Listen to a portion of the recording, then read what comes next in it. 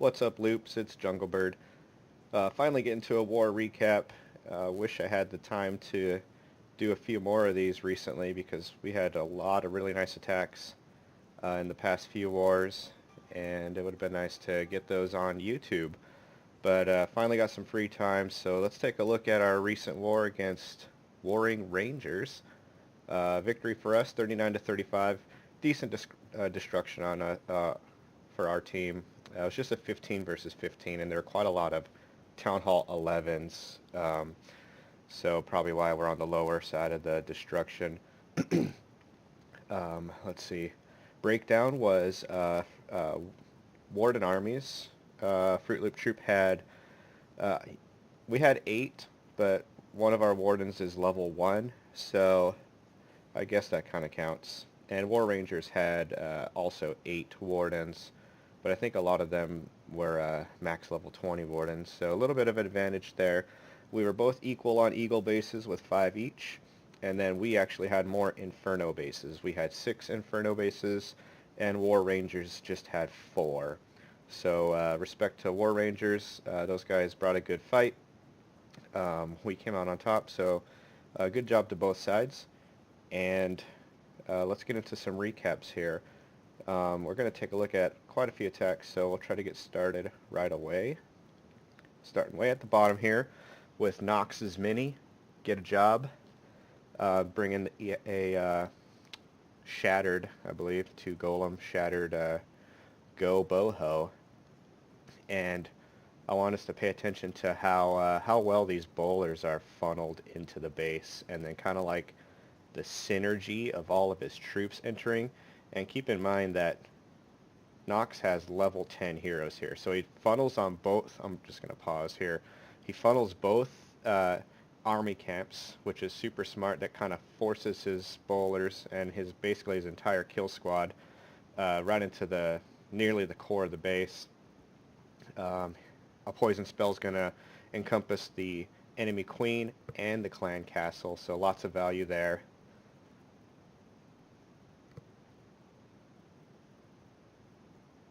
And then his troops just do a huge amount of work, triggering giant bombs. And then what I really like is that as the kill squad's moving around in this moat that's around the core, we have a lot of defenses that are distracted, and he brings the hogs in as his kill squad is continuing to do work. So that's what I was talking about with like troop synergy, is he's got his kill squad troops working with his hogs, and a lot of his kill squad's still alive. Those bowlers are doing cleanup. Really nice spell placement. This is probably a common base. It looks like an internet base, but you know, spells are just perfect here. Spell on the double giant bomb earlier, and then another heal spell in the Tesla farm with the bomb tower. So just brilliantly placed spells. Super nice Town Hall 9 triple by Knox here. Getting the job done with level 10 heroes, so really impressive stuff, man. Just clean up here. We're going to back out and take a look at the next one. We're going to look at B.A. Barracus, Cool Hand Luke, with his Town Hall 9. We're going to look at both of his Town Hall 9 attacks because they were both awesome as well. The first one here, another shattered Goho with bowlers in the CC. And again, I believe, in this attack, just like with Knox's attack, really nice troop synergy, really nice bowler funneling. And you know, if some of us are struggling with some of our attacks, you know, it's always a good idea to watch our successful attacks and notice why these attacks are successful. So again, bowlers are funneled in beautifully. Outside buildings up here on the north, all destroyed by the wizards. Bowlers are dropped right where the queen's standing, looks like. And you can tell the bowlers can't reach this wizard tower, so they're going to go to this storage here, this dark storage. They'll go to this cannon if that's still alive, if that's up. Even if that cannon's not alive, though, the bowlers can't reach this wizard tower, I believe. Shit, maybe I'm mistaken. Maybe if they stand right there, they could reach it. I'm not 100% positive, but let's just say they can't see this wizard tower at all. So even if both of these buildings were gone, they can't see this wizard tower because it's 2 tiles back. What they can see, though, with the jump spell there is this mortar or this Archer Queen platform. So they're going to go right into the base. Typical Golem Bowler kill squad. Rage on the bowlers. Poison for the CC. Very common, very powerful Witch, Baby Dragon, Valk CC. But BA's getting tons of value for his kill squad, just like Knox did in his hog attack. And then once again, hogs coming in as the kill squad's still doing work. So that's a really important part I want to highlight.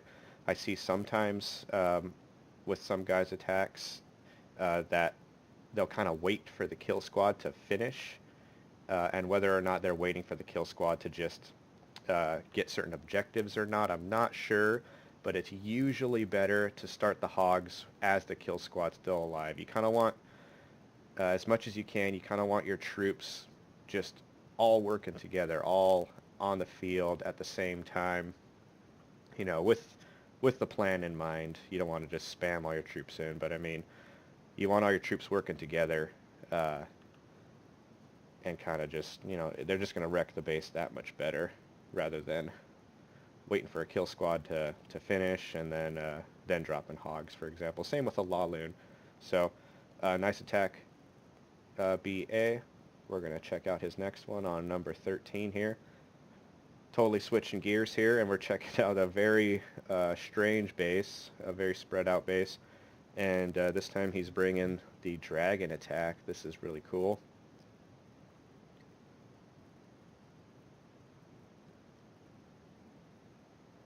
So looks like the goal here is to get the dragons into the core, obviously.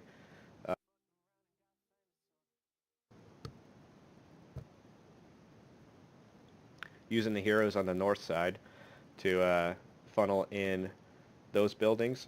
A single baby dragon on the southeast corner funnels the other pack of dragons in. Maybe a little late on his Zap Quake here to take out that air defense. One dragon gets taken out, and then here comes the CC. And I wasn't sure if this hound and these balloons were late because the air defense takes out one or two more dragons before the hound gets there. But the hound kind of lives all the way to the end of the attack, so maybe it wasn't late. There goes the hound. It pops just as the balloons start closing in on that last air defense. All the dragons, or most of the dragons that survived, they're all funneled really nicely into the core. Heroes barely took any damage. It was just them by themselves. There wasn't a lot of damage to kill them, so they stay alive and clean up the base as they funnel, so kind of getting double value there. And then dragons sweep through the core, and there's nothing left that's going to stop that many troops. So another really nice triple. BA, good job, man. Let's see where we're going next. Looks like Dog Pound versus number 11. Another Shattered Goho, I'm guessing with bowlers in the CC. But again, going to highlight the troop synergy here with the, you know, the kill squad has to go well, really quick. DP, be careful of this, brother. All your wall breakers come in at once. If I guess maybe if those are a bit lower level wall breakers, or if the bomb's all the way upgraded or something, that could get you a wall breaker fail there. So remember that single test wall breaker, and also be careful of trying to funnel next to a wizard, or sorry, trying to wall breaker in next to a wizard tower. Obviously this is fine. The wizard tower's hitting the golem. But say if you dropped your wall breakers right behind that golem, that wizard tower most likely will fry your wall breakers. So be careful of that. Be careful of these outside wall breaker traps here. Don't want that to gum up your attack. But just nitpicking here, this is still a really nice triple we're going to see. Really nice funnel with the two golems. Here comes the clan castle. Jump spells down, rage is down, poison's getting the queen and the CC, which is always really nice. Bowlers under rage just do a ton of damage. It's awesome to see. Triggering giant bombs. So unfortunately, this one golem kind of stayed on the outside, didn't go in with the wall breakers. But here come the hogs. Again, hogs coming in as this kill squad is somewhat still alive. I guess it's just the queen at this point. But the queen pops the ability and takes out a massive amount of buildings, which kind of just works really well with this wad of hogs moving through. And it also kind of funnels these hogs at the same time. It's not just killing buildings. It's making it so the hogs don't even go into this compartment here where my cursor is. Whether or not there's a bomb there, I'm not sure. But, you know, it's just something to keep an eye out for, is not just what kind of buildings you're killing, but what kind of pathing will taking those buildings out create for your back-end troops, or your main army troops, I guess. So another really nice triple. Good job, DP. We'll back out of here to just clean up. We're going to look at SeeDub hitting number 9 with a super close 96%. Excuse me. Super close 96% on this legit Town Hall 10. Might be a max base for Town Hall 10. I'm not sure. But again, this is a pretty common base. So that's why I'm showing the attack, because we'll probably see it again at some point. And SeeDub just gets a shit ton of value for his kill squad. He's going to get both Inferno Tower, or sorry, both air defenses, an Inferno Tower, the CC, but unfortunately he doesn't get any of this Tesla farm, and that, I guess that's kind of what prevents the attack from being a triple in the end. I was hoping the queen would go up and get some of that Tesla farm, but she dies before getting any of that. And a nice loon deployment. Nice and patient with his spells. His kill squad carved out basically half of this ring, so he knows his balloons are going to path around like in a L-shaped pattern. Nice freeze placement. The Inferno Tower goes down right as the freeze wears off pretty much, so nicely done there. And I wanted to highlight this right here. This might have saved the attack. He dropped the haste and the heal, but maybe if he just dropped the heal spell to keep the loons nice and healthy, and then save the haste for down at the Tesla farm, because that Tesla farm is pretty nasty. It's 4 max Town Hall 10 Teslas, so I mean, I'm not sure if that would for sure have saved the 3-star, but maybe. Just something to kind of think about. So here come the balloons and the into the Tesla farm.